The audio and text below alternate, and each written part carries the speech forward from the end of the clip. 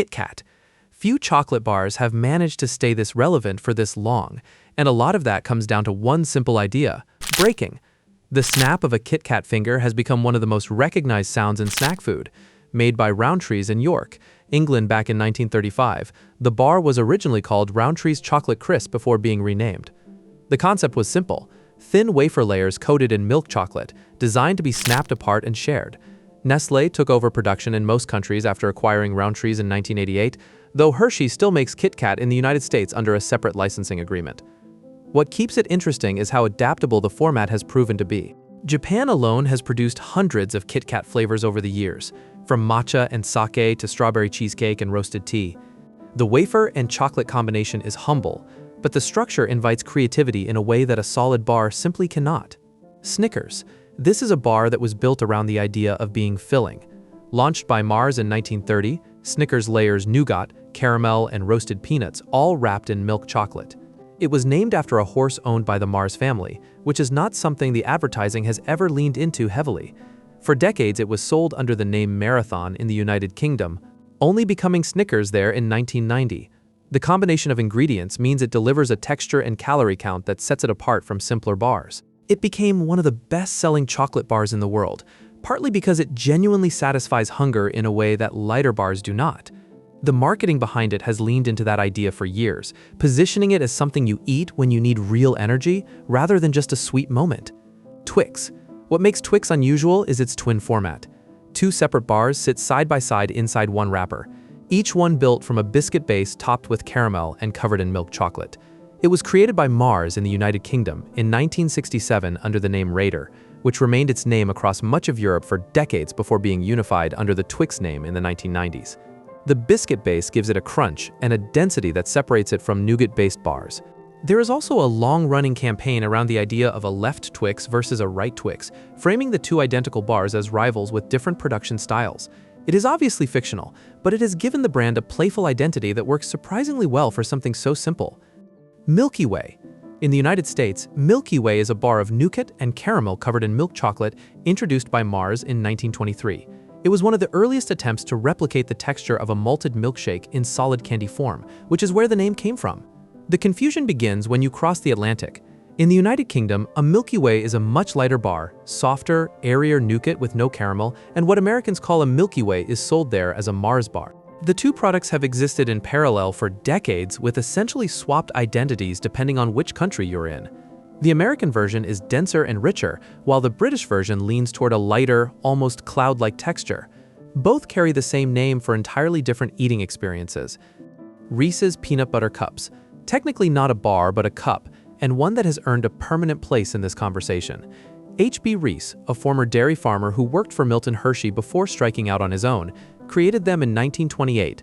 The idea was a peanut butter filling inside a chocolate shell, and Reese made them in his basement before scaling into a full business.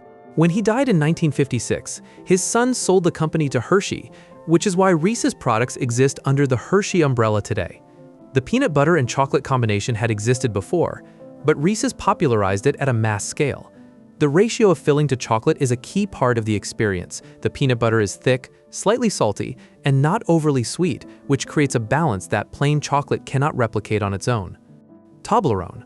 The shape alone tells you this bar is from Switzerland. The long triangular peaks of a Toblerone are modeled on the Swiss Alps, specifically the Matterhorn, and the bar has carried that identity since it was created by Theodor Tobler and Emil Baumann in Bern in 1908. Inside, it is milk chocolate studded with honey and almond nougat pieces, which gives each triangle a slightly chewy resistance beneath the chocolate surface.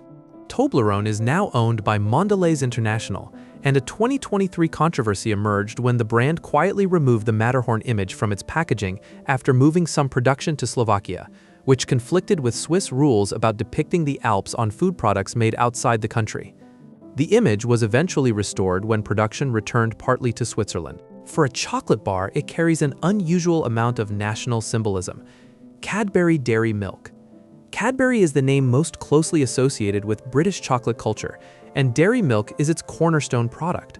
Launched in 1905 by the Cadbury Company in Birmingham, England, it was notable at the time for containing more milk than most competing chocolates, which gave it a creamier, softer texture. The brand grew steadily through the 20th century, and became deeply embedded in British everyday life, from Easter eggs to Christmas gifts. Cadbury was acquired by Kraft Foods in 2010, a takeover that generated significant controversy in the United Kingdom, and the business now sits within Mondelez International. Recipe changes over the years, particularly adjustments made after the acquisition, have been a recurring source of public debate. The bar itself remains one of the top-selling chocolate products globally, though its cultural weight is strongest in the United Kingdom, Ireland, Australia, and India. Ferrero Rocher. This is a bar that doubles as a gift. Ferrero Rocher was introduced by the Italian confectionery company Ferrero in 1982, and it was designed from the beginning to feel premium. Each piece is a whole hazelnut at the center, surrounded by hazelnut cream, wrapped in a wafer shell, and then coated in milk chocolate and chopped hazelnuts. The gold foil wrapping and the clear box presentation were deliberate choices to position it at a different level from standard supermarket chocolate. The brand became famous for an advertising campaign set at embassy receptions, suggesting that these were the chocolates served at sophisticated events. It was somewhat over the top, but it worked. Ferrero Rocher still carries an association with gifting and celebration that most chocolate bars never achieve, and the hazelnut combination links it to the same family of products as Nutella, which Ferrero also makes. Bounty. Coconut-filled chocolate bars occupy a narrow space in the market, and Bounty has held that space since Mars introduced it in 1951. The bar is 2 pieces of moist coconut filling covered in either milk or dark chocolate. It was originally named after the HMS Bounty, the ship famous for its 1789 mutiny, and the tropical imagery has always been part of its branding. Bounty is sold in the United Kingdom and many international markets, though it is not widely distributed in the United States, where the Mounds bar by Hershey fills a similar niche. The coconut texture is divisive. People who enjoy it tend to genuinely enjoy it, while those who dislike it tend to avoid the bar entirely. That polarizing quality means it rarely competes at the top of sales charts, but it has maintained a consistent audience for over 70 years. Hershey's Milk Chocolate. This bar is the foundation of American chocolate as most people know it. Milton Hershey began producing it in 1900 after developing a process to manufacture milk chocolate at a scale that made it affordable for ordinary consumers. Before Hershey, chocolate was largely an indulgence for wealthier buyers. The flat brown rectangle with its segmented sections became an icon.